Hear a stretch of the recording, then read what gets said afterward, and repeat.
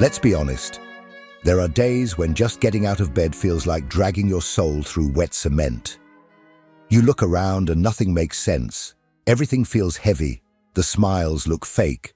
The routines feel meaningless.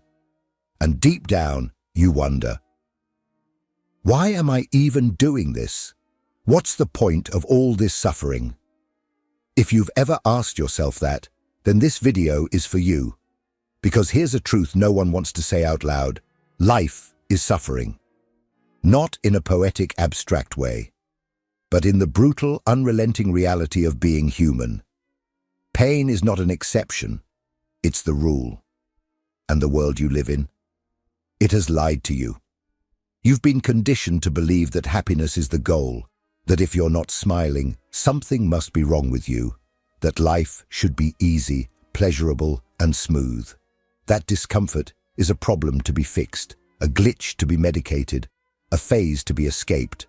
But what if that belief is the very reason you're suffering? The Austrian psychiatrist Viktor Frankl, who endured the unimaginable horrors of Nazi concentration camps, came to a radically different conclusion. He didn't just survive Auschwitz. He studied the human mind in its darkest state, and what he discovered will shake you. Suffering is not the enemy. Meaninglessness is. Frankl watched people around him stripped of everything, family, health, dignity, even their names, and yet some of them endured with strength, purpose, and even compassion, while others, in the exact same conditions, crumbled and gave up. Why? What made the difference? It wasn't strength, it wasn't luck, and it definitely wasn't positive thinking. The difference, Frankl found, was whether or not a person had a why to live for, a reason, a purpose, something or someone that gave their suffering meaning. He quoted Nietzsche often, "He who has a why to live can bear with almost any how." And he didn't just say it, he lived it every single day inside the gates of hell. So here's what this video is going to do. I'm not here to give you hollow motivation or tell you everything's going to be fine, because you and I both know that's not how life works. I'm here to tell you the truth. You will suffer. You already are. The real question is, will your suffering mean something? If you're tired of running from the pain, if you're sick of pretending that numbness is normal, if you feel like you're losing yourself in a world that offers you distractions instead of depth, this is your call to stop, to face the pain, and to find the meaning hidden inside it. Because according to Frankl, your job is not to eliminate suffering. That's impossible. Your job is to discover the meaning that makes suffering bearable, and sometimes even sacred. This isn't just a psychological idea, it's a survival strategy for the soul. And by the end of this video, if you're brave enough to walk through this with me, you'll see your suffering differently, not as punishment, but as the first invitation to transformation. Shall we begin? Viktor Frankl didn't speak about suffering from the safety of an armchair or the distance of a lecture hall. He spoke from the belly of the beast, a man who lost his parents, his brother, and his pregnant wife to the Holocaust. He was imprisoned, starved, stripped of everything that made him someone. But inside that hell, he made a discovery so powerful that it would become the foundation of a psychological revolution. He noticed something strange. Two men could be placed in the exact same unthinkable conditions, same brutal labor, same starvation, same abuse, and yet respond in completely different ways. One would give up, collapse, and die within days. The other would endure, even with a faint smile, helping others, resisting dehumanization, holding on to something invisible. And Frankl realized the difference wasn't in the body, it was in the spirit. It wasn't optimism, it wasn't willpower, it wasn't denial, it was meaning. The man who had something to live for, a child he hoped to see again, a book he still wanted to finish, a mission he had not yet fulfilled, was able to survive what should have been psychologically and physically impossible. He could suffer because that suffering became a form of sacrifice. It was for something, and that made all the difference. Frankl called this the will to meaning, the deepest motivation in the human soul, more primal than pleasure, more enduring than power. It is the existential engine that keeps us moving forward when everything else collapses. It's not a luxury, it's not a philosophical concept, it is a lifeline. This idea was so radical, it shattered the dominant psychological paradigms of his time. Freud believed human behavior was driven by the pursuit of pleasure, Adler by the pursuit of power. But Frankl saw something deeper. We are driven by the pursuit of purpose.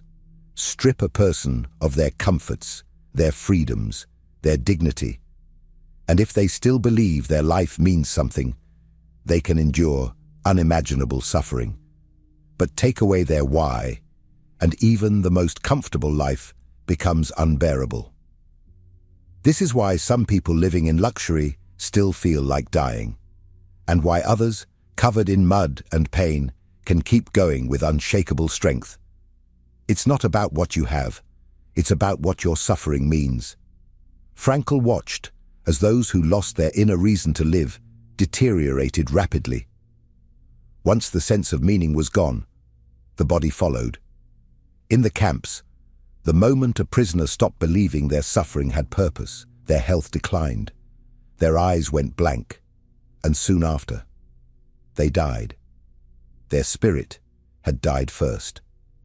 And this isn't just about death camps. This is about your life, right now. You may not be behind barbed wire, but you're still in a kind of prison, a mental, emotional, existential one. Maybe it's depression, maybe it's burnout, maybe it's a sense of numb emptiness that no achievement seems to fill. You wake up asking, why bother? And if you don't have an answer to that question, everything feels heavier than it should. Frankl's revelation is not easy. It doesn't offer a shortcut, but it does offer hope. You don't have to escape your suffering to survive. You have to give it meaning. That's the work, that's the shift, and that's your task. But how do you actually find that meaning? Frankl identified 3 distinct paths, 3 ways any human being, in any situation, can discover a purpose so deep it can carry them through hell. In the next part, we'll explore the first one, the path of creation and contribution, because sometimes the reason you suffer is exactly what the world needs you to transform into something only you can create. If this content is making sense to you, click the subscribe button and subscribe to the channel. Thank you for your support. There is a kind of suffering that breaks you open, not to destroy you, but to reveal what's been buried inside all along. And Viktor Frankl believed that one of the most powerful ways to turn pain into meaning is through creation. Not necessarily in the artistic sense, but in the existential one. The act of giving something to the world that only you can give. When we speak of work, we usually reduce it to jobs, salaries, careers. But that's not what Frankl meant. He was pointing to something deeper, something sacred. He believed that each of us carries a unique potential, a contribution that no one else can make. And when we engage with that potential, we find meaning, even in the face of unbearable suffering. Frankl saw it firsthand in Auschwitz. There were prisoners who, even in the filth and terror of the camps, kept others alive with small acts of service. Doctors who treated the sick with no medicine, men who gave away their last piece of bread, teachers who whispered poetry and stories to help others hold on to their sanity. They were not surviving in the ordinary sense. They were creating meaning through what they gave. Ask yourself this: what would you do even if no one paid you, even if no one noticed, simply because it matters? That question is not motivational fluff. It's an existential mirror. Because buried beneath your numbness, your anxiety, your confusion, there is still something that calls you to serve, to build, to shape, to offer. But here's the problem. Modern life drowns that voice. We're constantly distracted, constantly told to chase external validation, money, status, likes, applause. We're trained to see work as a means to comfort, not as a path to purpose. And in that process, we lose connection with the deepest source of meaning, the act of giving yourself to something that matters more than your comfort. Frankl argued that even if your external situation is hellish, you still possess the freedom to choose your attitude and your contribution. That freedom is the last human freedom, and it can never be taken from you. In his words, the meaning of life is to be discovered in the world rather than within man or his own psyche, as though it were a closed system. Meaning is not something you invent. It's something you discover in what you create, in who you serve, in the unique fingerprint you leave on the world. So how do you apply this? Start small. You don't need to change the world overnight, but you do need to create, write, build, help, speak, teach, heal, even for an hour a week, especially if your current job feels meaningless. That doesn't define you. You define you by choosing what to do with your suffering. Maybe the pain you carry is the very material you're meant to turn into something that will help others survive theirs. That book idea you keep ignoring, that podcast, that community you want to start, that child you want to raise better than you were raised. That's not random. That's your soul trying to speak. Because when you stop asking, how can I avoid suffering, and start asking, what am I willing to suffer for? Everything changes. And yet, creation is only one path. Some of us feel too broken to build, too overwhelmed to contribute. And that's okay. Frankl knew that not everyone can create all the time. Some of us find meaning not in what we give, but in what we receive: love, beauty, human connection. In the next part, we'll explore the second path to meaning, the experience of love. Because sometimes what keeps you alive is simply knowing that you matter to someone else.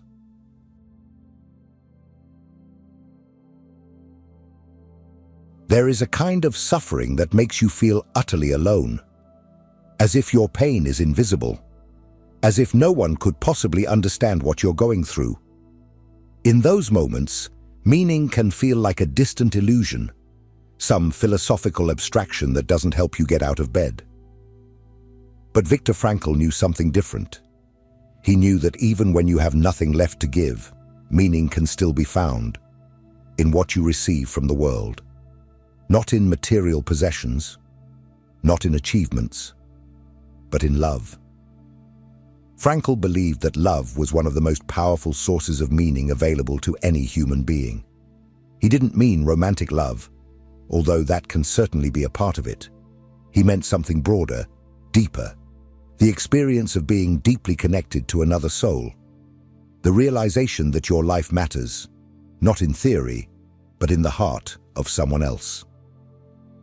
In the concentration camp, Frankl survived in part by mentally conjuring up the image of his wife.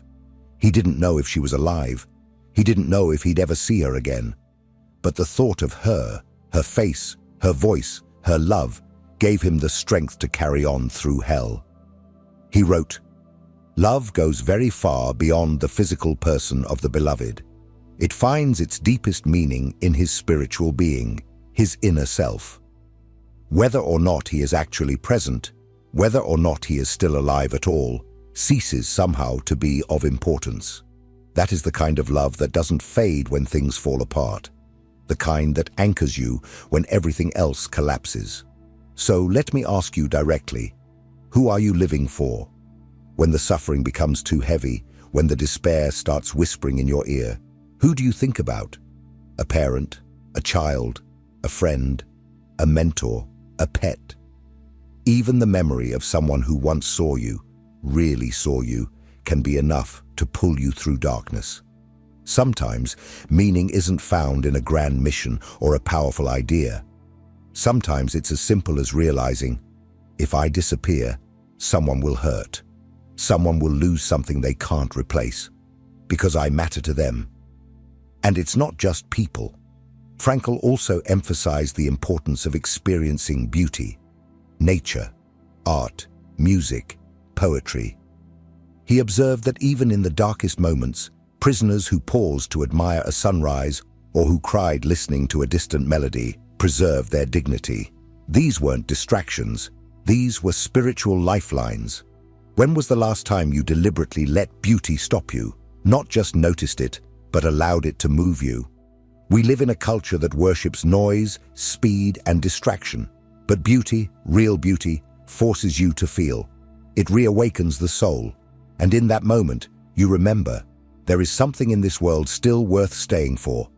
This is the second path to meaning, the realization that your life is not an isolated existence, but a thread woven into the fabric of others' lives.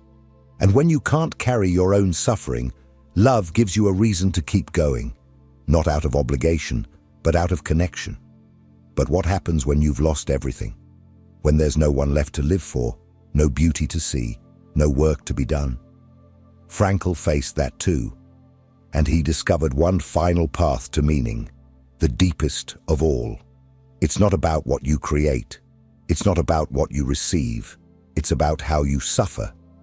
In the next part, we'll explore Frankl's third and most profound revelation. Your suffering itself can become a source of meaning if you choose to face it with dignity. There is a kind of pain that no one can fix. No comfort reaches it. No words soothe it. It's the kind of pain that simply is. A terminal diagnosis. The death of a child. The collapse of a dream that defined your life. In those moments, no amount of love, no creative project, no external achievement can take it away. And that's where most people break. But Viktor Frankl found that this is also where something extraordinary can happen. Not outside of the suffering, but inside it. A kind of transformation that only becomes possible when there is nothing left to hold on to, except your inner freedom to choose how you will suffer. Frankl wrote, "Everything can be taken from a man, but one thing, the last of the human freedoms, to choose one's attitude in any given set of circumstances. When everything else is stripped away, that choice remains. You can't always choose your suffering, but you can choose the posture you take toward it." And that, he believed, was not just a coping mechanism. It was the highest expression of human dignity. In the camps, Frankl saw men who had lost everything, family, health, identity, and yet still found meaning through the way they carried their suffering. One man gave away his last crust of bread. Another whispered words of comfort to others on the brink of death. These weren't grand gestures. They were quiet acts of rebellion against despair. They were proof that even in hell, you can choose to be more than your pain. But let's be honest, this isn't easy. The world we live in has trained you to believe that suffering is failure, that if you're in pain, you must have done something wrong, that you need to fix it immediately, medicate it, avoid it, numb it, scroll past it. Frankl's truth is far more brutal and far more liberating. He taught that when suffering is unavoidable, your job is not to escape it. Your job is to ask, what can this suffering become? Can it make you more compassionate? Can it deepen your understanding of others? Can it break your ego so something more honest can be born? You've probably heard the question, why is this happening to me? But Frankl would challenge you to ask a different one. What is this asking from me? That shift in attitude is where meaningless pain begins to transform into purposeful struggle. You are not weak because you suffer.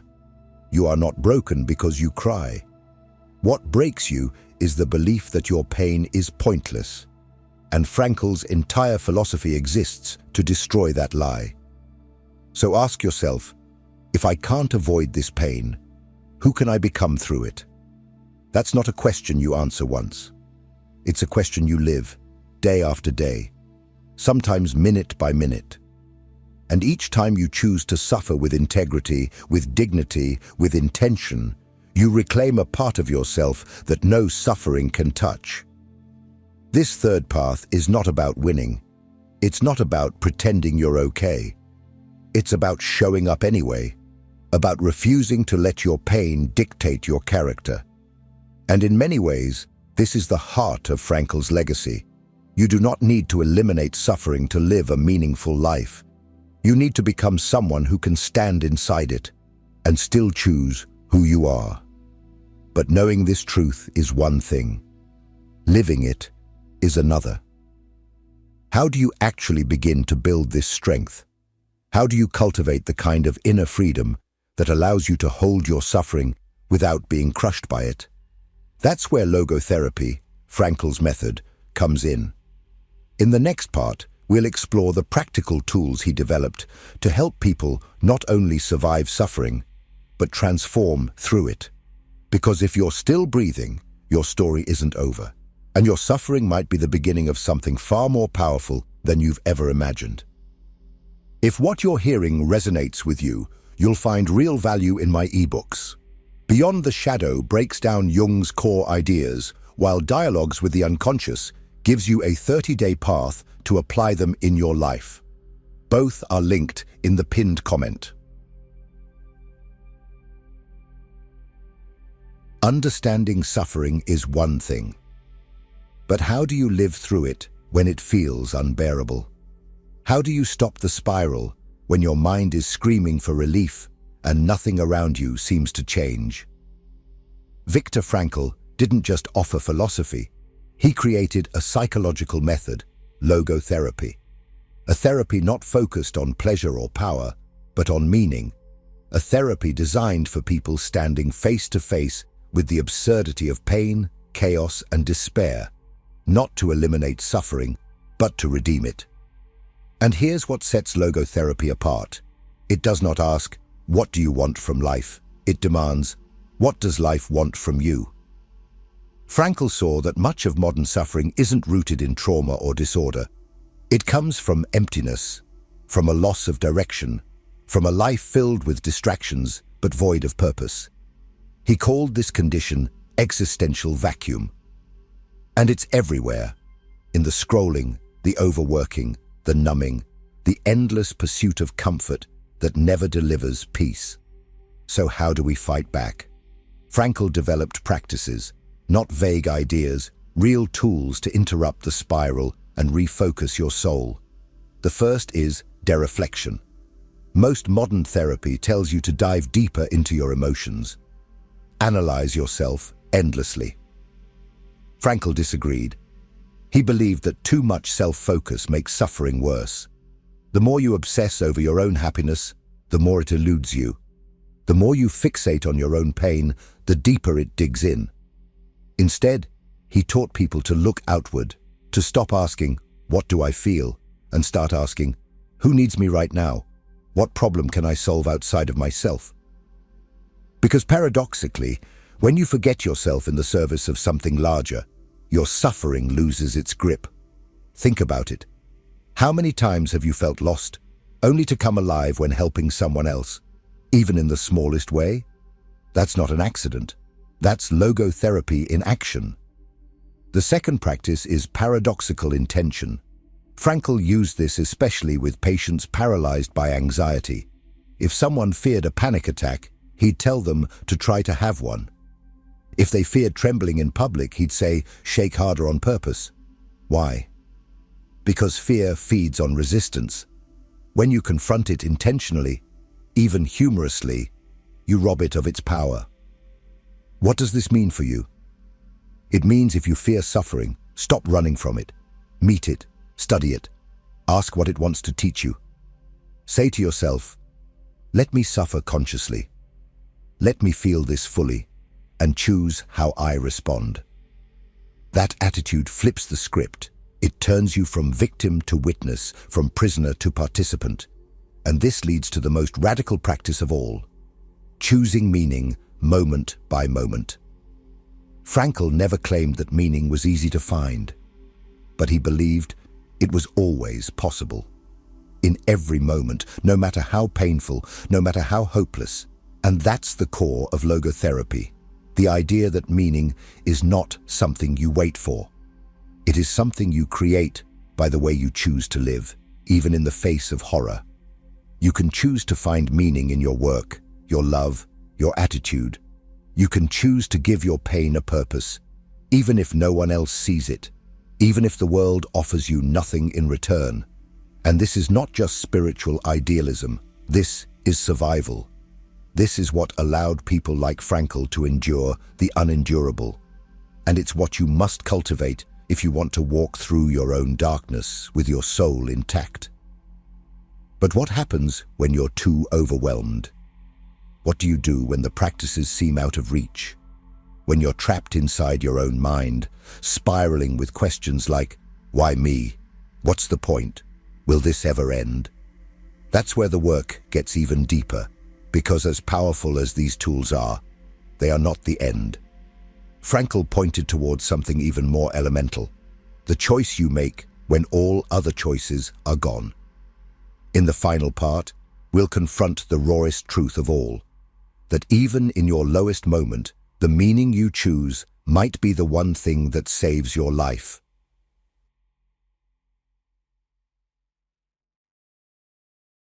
There comes a moment, maybe in the dead of night or in the middle of a crowded room where you still feel completely alone, when all the philosophies, all the techniques, all the words fall silent. You're left face to face with your suffering, no more distractions, no more denial, just you and the weight of what you carry. And in that moment, one final question remains. Will you let this pain destroy you? Or will you use it to become someone new? This is the raw core of Viktor Frankl's message. When you cannot change your circumstances, you are challenged to change yourself, not as an escape, not as a fantasy, but as an act of rebellion against despair. Frankl did not deny the brutality of life. He lived it.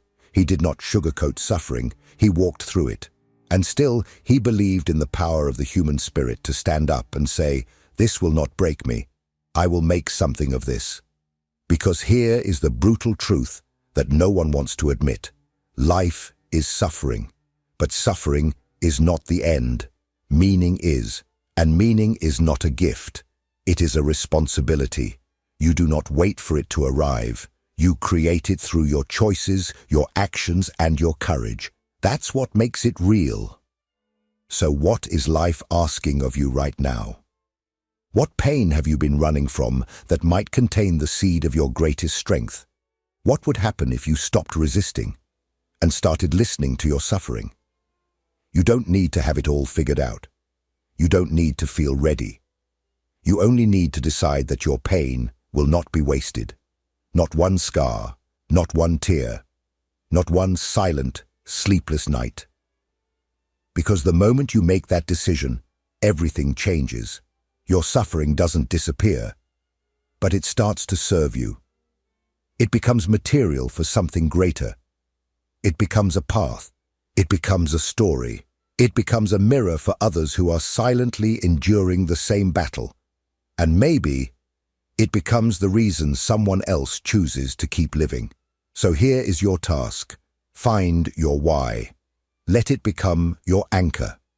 And then, no matter how hard life gets, never let go of it. That is what Frankl gave us. Not an escape from pain, but a way to walk through it with dignity. A way to suffer on purpose, and by doing so, become someone who cannot be broken.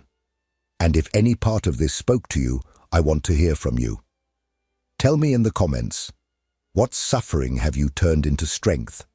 Or what meaning are you still searching for? There is power in sharing your story, not just for you, but for someone else who might need it more than you think. And whatever you do, don't stop here. Watch the next video. It's part of the same journey you're on, and you owe it to yourself to keep going.